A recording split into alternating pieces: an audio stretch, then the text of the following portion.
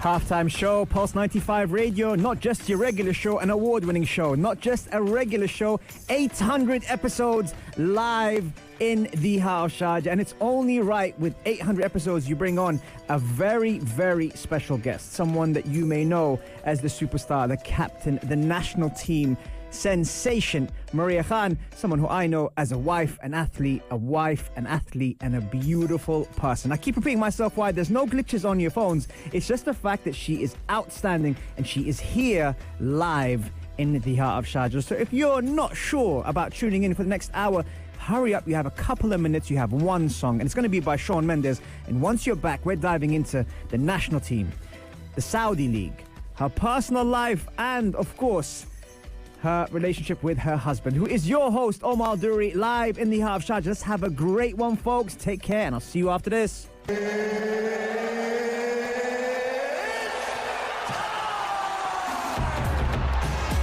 It sure is that time. That time is 800 episodes live in the heart of Sharjah. Thank you very much for tuning in. It's only right we have a fantastic guest for you to celebrate the 800 episodes on the halftime show on Pulse 95 Radio. And that guest is Maria Khan.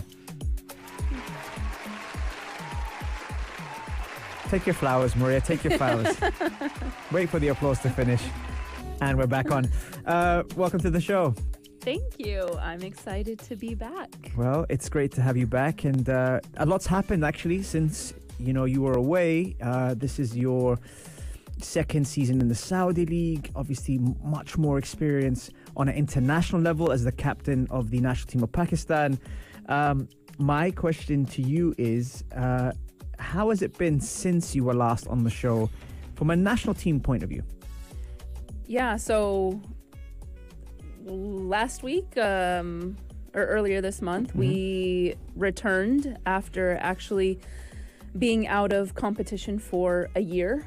So the last time we were together as a national team was last October. Yeah. So, that's been a challenge, and this because you hear it all the time, but the national team is definitely one of my happy places. Yeah. So for us to be together after a year, I really look forward to it. It just sucks that we had to wait a year. Yeah. But we're here now. We had a good time together, and we were able to really showcase in the competition that we were participating in, which was the South Asia Women's Football Championship, which is all of the South Asian women's national teams who compete. This competition happens once every 2 years, so it was literally our equivalent of the World Cup for all of the teams there.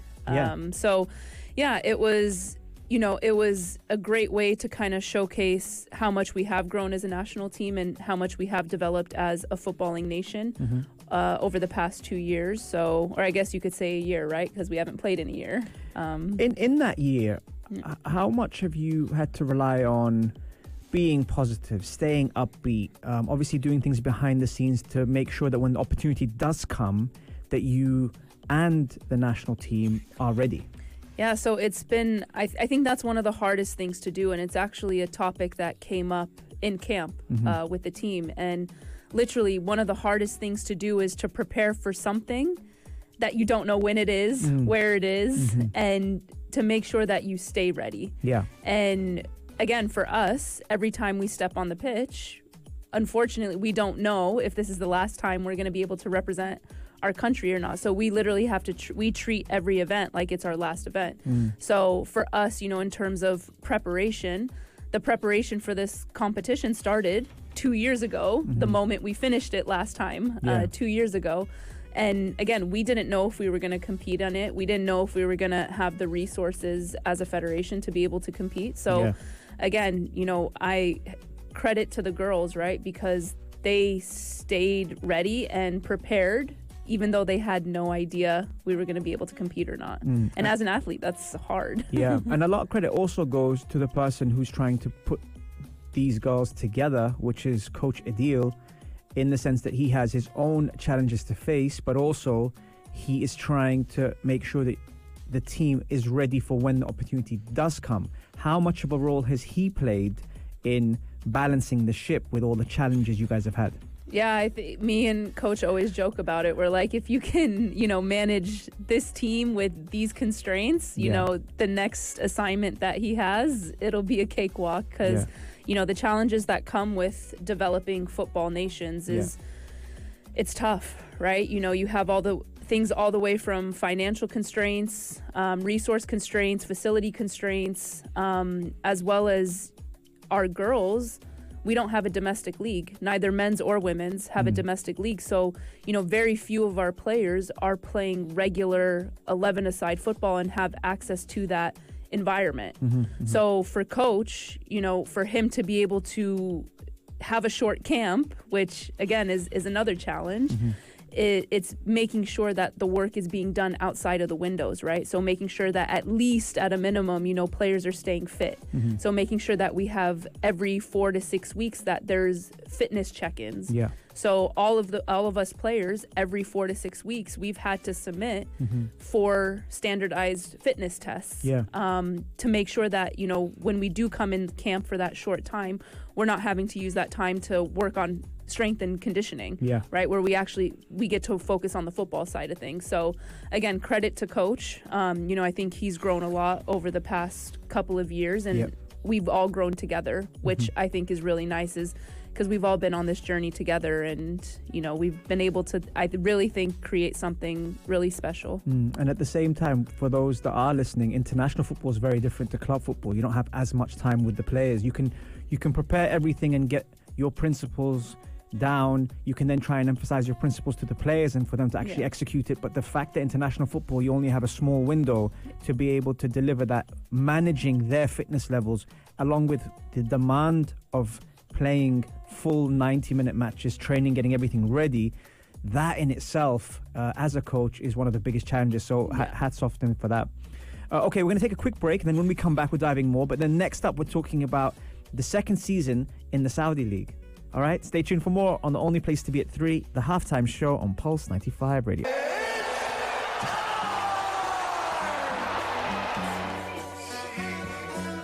...800 episodes on the halftime show, Pulse 95 Radio. Shout out to Toby, Hisham. Shout out to One Joe Footy as well. 1 Foot Joe. Helped by Stephanie Hamilton, Zishan, Florin, obviously my mum, Kelly, Shay, and Ali as well. Thank you very much for tuning in, and it is the 800th episode of the halftime show. For everyone that's been contributing behind the scenes to make it happen, super grateful. My team here, the guests, we have punched above our weight, and that is standing for the person that's here today, Maria Khan. Maria, welcome back to the show. First segment, we spoke about the national team. Second segment, a lot of people are intrigued about because it happens to be the trend now that a lot of people are intrigued, let's say, and that is the Saudi League, Saudi football. You have now spent a season there. This is your second season with Eastern Flames. Shout out to Eastern Flames. And now you are tackling a new challenge, new coach, new players, and a different way and different style of playing. How has the second season been for you so far? Yeah, I think something for me, especially being someone that really cares about women's football and the development and the growth of the game in this region, I think for me, just seeing the league constantly evolving. Yeah. And again, even not just in Saudi, but here in the UAE as well, right? Just, again, the fact that there are people that are committed to really growing the game and really, again, not just people, but organizations, government organizations as well, just really dedicated to growing the game. So I think for me, it's been great to, again, be on that journey with both countries in their football development for girls and for women. Again, the league in Saudi, it continues to get more and more competitive. Yeah.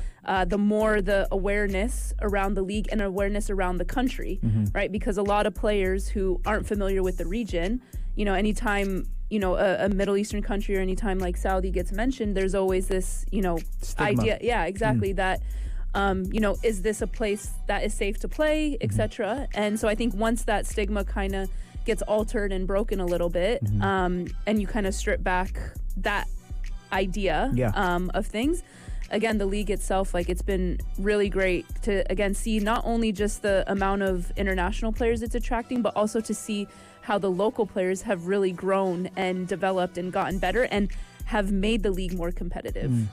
So yeah, super, super exciting to be a part of it.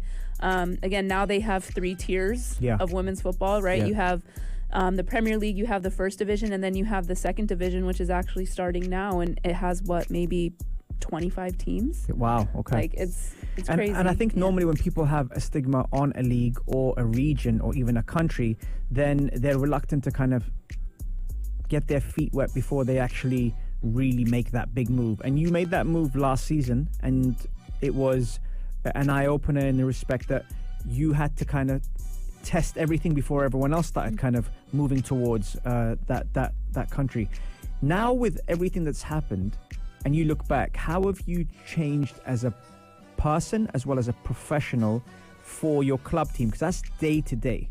Yeah, so as you know, and a lot of people know, it was my first professional contract, right, that I signed last year at 32. And I think for me, knowing that I have the opportunity to make football my full-time job, I think there was just kind of a switch that went off where it's like, similar to The Office, like, now this is my job, right? You know, and you saw it where, you know, this summer I really targeted my training, my performance, my nutrition, my prevention, mobility, etc., and really started to kind of get in that mindset and understanding, like, this is I have the opportunity to play football as a job, you know, and I think for me that's something that, you know, doesn't come around often. So I think the biggest change for me was, you know, now I'm really taking this seriously. Yeah. And I was there. I was witness to be able to see you kind of move away a little bit from the spotlight and focus more on what you need to do to get across the line. I think the first season was a tester, and then the second season it started to kind of open up different doors for you as a professional, but also as an experienced professional. Even though you said it was your first professional contract, as you leaving the corporate world to go into football, it was also something where, you know, that is like, right, this is what I really kind of have to knuckle down and work on. Joe is asking a question here. He's saying, do you see women's football in Saudi accelerating faster than the men's game in the kingdom? Yeah, absolutely. That's a very good question. Yeah, I think with women's football in general, right, it's, again, no discredit to us, but in women's football, it's a lot easier to accelerate quicker, right? So that exponential growth happens a lot quicker than the men's side, right? Because we are still a new thing, right? A new concept, right? So again, the ability to develop not only as players, but also as teams, as clubs, as leagues. Again, there is that opportunity to grow a lot quicker, right? With the men's side, again, I don't know much about men's football. Like, it's not my space, like women's football is. But again, with the men's football, you kind of know who your top teams are going to be for however long. Right? The biggest, you know, example I can give you is this year, it was the first year of the AFC Women's Champions League. Right, correct. Right? And in that, Abu Dhabi Country Club, which is a UAE-based club, which a lot of people don't know, have been working on developing women's football for 15 years. Correct. Right? And they've now are the only Arab team to have qualified in the elimination round. So they're in the quarterfinals of the AFC Champions League, right? And again, that sums up women's football. You know what I'm saying? Like, a team nobody hears about or has heard about within Asia is in the knockout stages, right? Whereas in men's football, I think you can more or less predict kind of who's going to be in the Champions League and etc., right? You get your Cinderella stories every so often, but very good point. Special shout out to Rashid as well, who's here. He's saying hello, Man United news. I don't know who that is, but that's their name.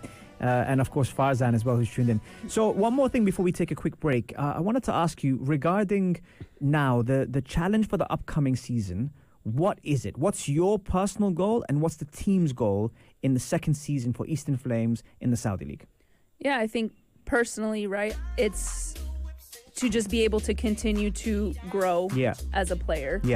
And I think for me, something that has been nice is I've genuinely felt that I haven't peaked as a player. And to have that feeling, I think, has just given me a little bit more motivation, a little bit more hunger to continue to improve.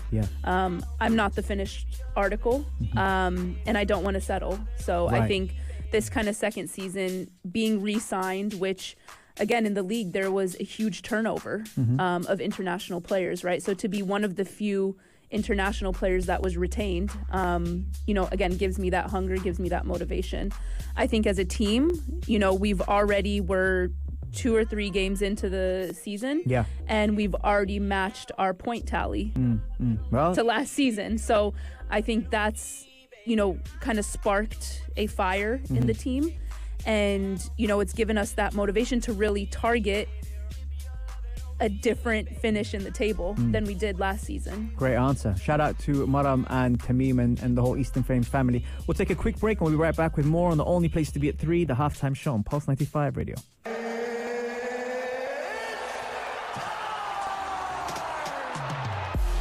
Halftime show, Pulse 95 Radio. Shout out to everyone who's tuned in around the world, whether it's 95 FM, pulse95radio.com, and Marai app, or if you're watching us on YouTube. It's not every day we have Maria Khan, the national team captain of Pakistan and superstar of Eastern Flames, here. And to celebrate the 100th episode, we obviously have her in the country, which she normally does play in Saudi. So thank you very much for everyone who sent messages, especially during the break. You guys have been fantastic. The questions have been flying in. And Maria, I have to say that there's a couple of questions. The first question that everyone's asking, what happened to your eye?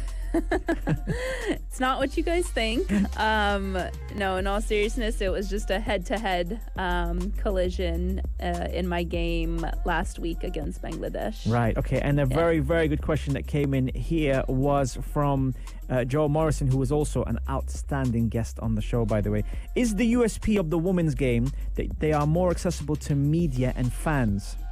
Yeah, so I think, it's a great question. And when I talk about women's football, that's one of the things that I like to highlight is something that is so great about our game is the players are accessible, right? After games, we're there taking pictures, where they're signing autographs, where they're engaging.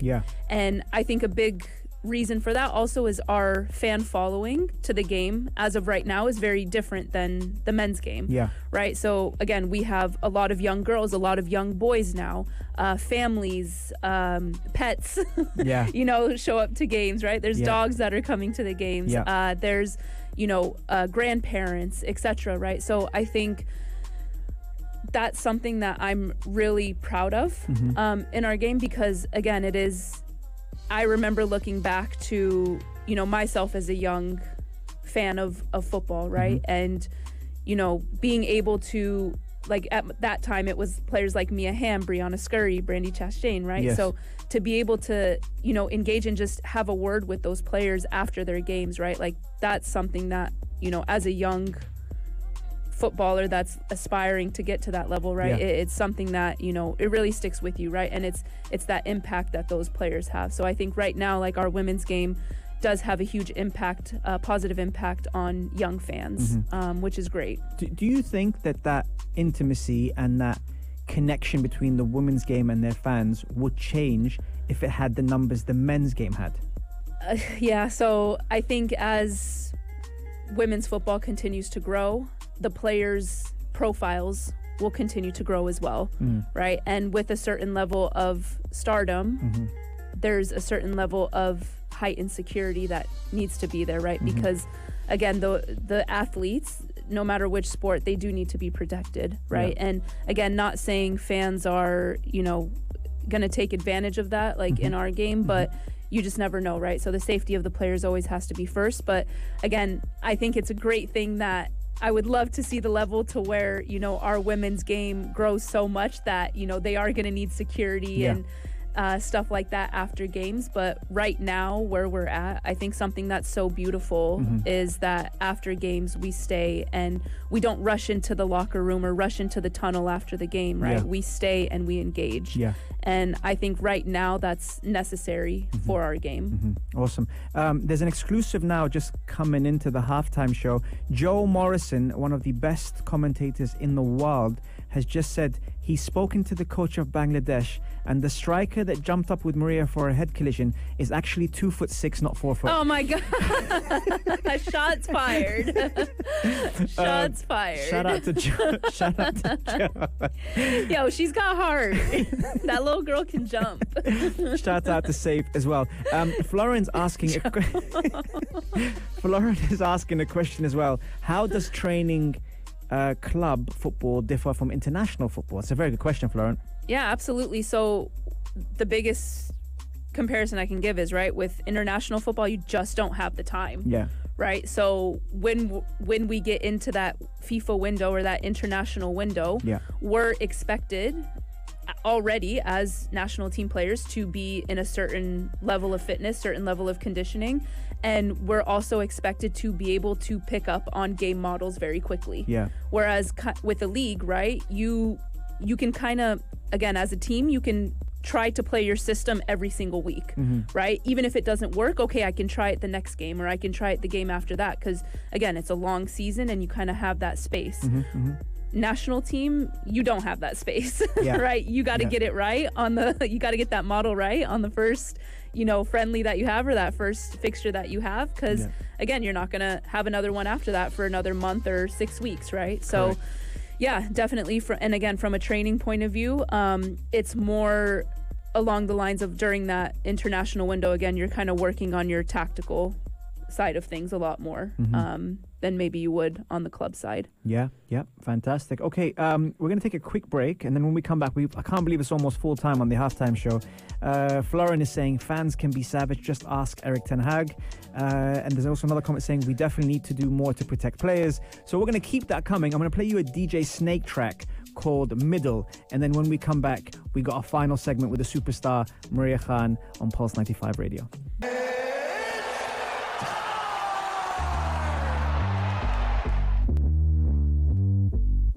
Halftime show, Pulse 95 Radio. Shout out to everyone who's tuned in, by the way. We've got an international following here on Instagram Live at Omar Al Duri. Floren is tuned in from the US. Ajay's tuned in from the UK. Mix, I'm not sure where he's tuned in from, but he's definitely tuned in. We've also got Ian, who's normally commentating all over the world. We've got Joe. We've got Masoud. We've got, obviously, my mum. We've got Azza. We've got Sambrin, Reem, Abdullah as well is tuned in. Saif is tuned in. I'm just scrolling through as we speak. Hussein is tuned in, and everyone else. We got some questions coming in, Maria, for you as well, and they've really kept it live. Ajay, thank you very much. Nice to see you too. And also, because see you later, Vikas.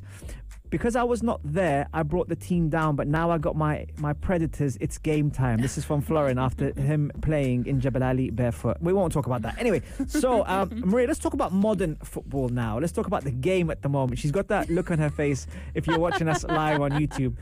Maria has very, very interesting thoughts on the modern game. At the moment now, I know who your favorite player is, but who's your current favorite player who's fit? Who's fit? Yes, because De Bruyne is injured. And then Odegaard is also injured. Yes. Yes. She's going to come out with one now. You know who I'm going to say? Who? Cold Palmer. Oh, okay. Okay, she actually did the Cold Palmer on the YouTube if you're watching. What is it about him? I think for me, there's just a level... I feel like there's a level of authenticity there in the personality off the pitch. Right. I think nowadays, we talk about it all the time of how kind of the modern day footballer, their responses and their demeanor and, it's just so scripted. Yeah. Right. So I think for me to, again, just see that authenticity, to just see somebody genuinely being themselves. And just consistent, right? Consistently themselves. That's something that I enjoy, and obviously it helps that he's doing really well at the moment. So, Zahabi's just tuned in. Our favorite referee. Ah, no way. Yes, she's just tuned in. So saying hello to her as well, who is an official referee at the UAE. Okay, and then now, what is it that you looking to a player? When you look at a player now, what are the things that stand out for you, for those people aspiring to get into the game at an early age? I think for me, something that's really big, and I used to be awful at it, and I think only as I matured and only as you started calling me out about it, is reaction when things aren't going right Yeah. for your team. I think it's very easy for teams and players and environments to act a certain way and to act positive when things are going right and when you're winning. That's easy. But for me, I genuinely, I feel like I can tell the character of an environment. I can tell the character of a person, player, or team, or coach, etc. when things aren't going well, right? How are you reacting? Are you trying to bring solutions to the table, or are we only highlighting the problems? I wonder who's told me that. Omar. So yeah, I think, again, in these days, and I apply that to everything, right? So a reaction, it can be when you lose the ball, right? Or a reaction can be, if you receive a bad pass, what is the reaction, right? Is it a positive reaction? So for me, for example, if I lose the ball, I want to be the first one to win it back, right? You got to take that accountability. So again, that's something I look for. And then again, if your team doesn't win, right, what is your reaction, right? Are you going to take that accountability, or are you going to start doing the blame game? Yeah. Yeah. Very, very good, Maria Khan. Someone's helped me grow up a lot. Wow. I am He just so happens to be impressed. doing his 800th episode on the halftime show. Very, very good, Maria Khan. Well, it's an absolute pleasure to have you here live on Pulse 95 Radio. Thank you for flying in to the country to be able to grace us with your presence. It's been an absolute pleasure to have you on the 800th episode on the halftime show. It's wild. Crazy, huh? Wild. That's what I'm talking about. All right, guys, take care, stay blessed, and remember, you catch every Monday, Wednesday, Saturday, 3 to 4 UAE time. If you did miss the show, don't worry, everything will be uploaded on our YouTube channel, thanks to Super Mario, who does a fantastic job for Pulse 95 Radio. Guys, take care, stay blessed, and for me and Maria Khan, we are out. Take care, guys. Salam. Peace.